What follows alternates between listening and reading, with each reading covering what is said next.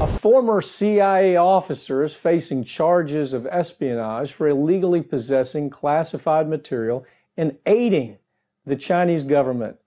Jerry Lee, who worked at the CIA, is believed to have used his position in the intelligence agency to help Chinese intelligence take down American spies, which led to the imprisonment and even the death of informants. Joining me to talk about this is Molly Barrows, legal journalist for the Trial Lawyer magazine. Molly, I find it incredible that the media is all over, oh my God, Russia hacked. Here you've got the CIA, where there's not even speculation. They caught this guy actually giving these secrets away, and informants died because of it. People who were working for our government were killed and imprisoned because of it.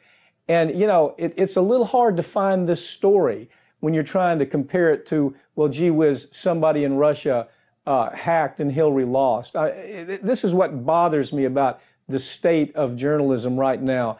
What do we know about the CIA officer, and how did he sell out his fellow colleagues, Molly? This is such an interesting story for a number of reasons, and you hit on a couple of them, Mike, talking about the political side of it. But this guy, Jerry Shun-Ching Lee, 53 years old, he is an American citizen, although he was born in Hong Kong. He was raised in Hawaii. He went to work for the U.S. Army for 5 years, and then he joined the CIA, was in the CIA for about 13 years. So it seems like he was from 1994 to 2007. So during that time, he became an officer. He had access to all kinds of classified information, and the problem came when apparently he left the Army, he left the CIA, and and instead of giving up the classified information that he had access to, he actually kept it. And that included the names and contact informations of operatives that were U.S. operatives in China. In fact, part of his job when he worked for the CIA was to cultivate those human intelligence contacts and those sources. And it also, this man's arrest, it's interesting, they're making very distinctive nuances, even down to his charges. While he's charged with basically charges related to conspiracy and possessing this information, he's not actually accused of handing it over. They say they can't prove that he gave those names and numbers to Chinese handlers in China, but what they can show is that he possessed information he wasn't supposed to have, and that he was having contact with these Chinese handlers, and he was also receiving unusual amounts of cash. According to U.S. documents, U.S. court documents, he was receiving $100,000 plus promises he'd be taken care of for life. And you hear a story like this, you start saying there's something dysfunctional about those agencies right now. And why don't we do what was done during the church hearing? And that is to clean house.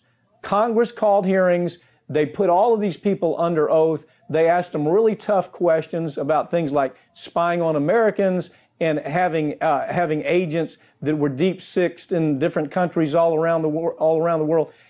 Why don't we do that again? Doesn't that sound like it's time right now? Aren't we at that critical juncture where people have just completely lost faith with intelligence operatives in general? What is your take on that?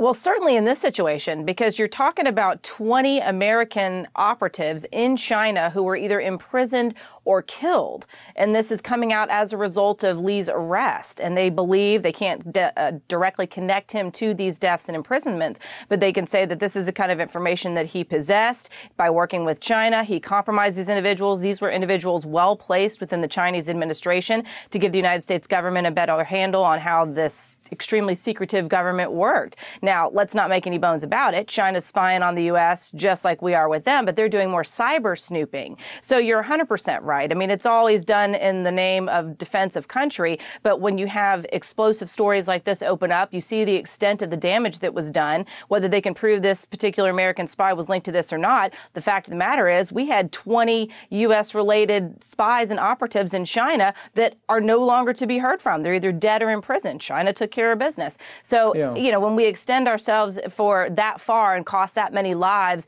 and repercussions at home and abroad, all for the sake of defense, then you're right. There does seem to be some need for checks and balances.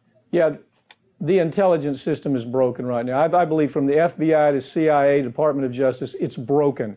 It is time for some serious hearings like the church hearings. Thank you for joining me now.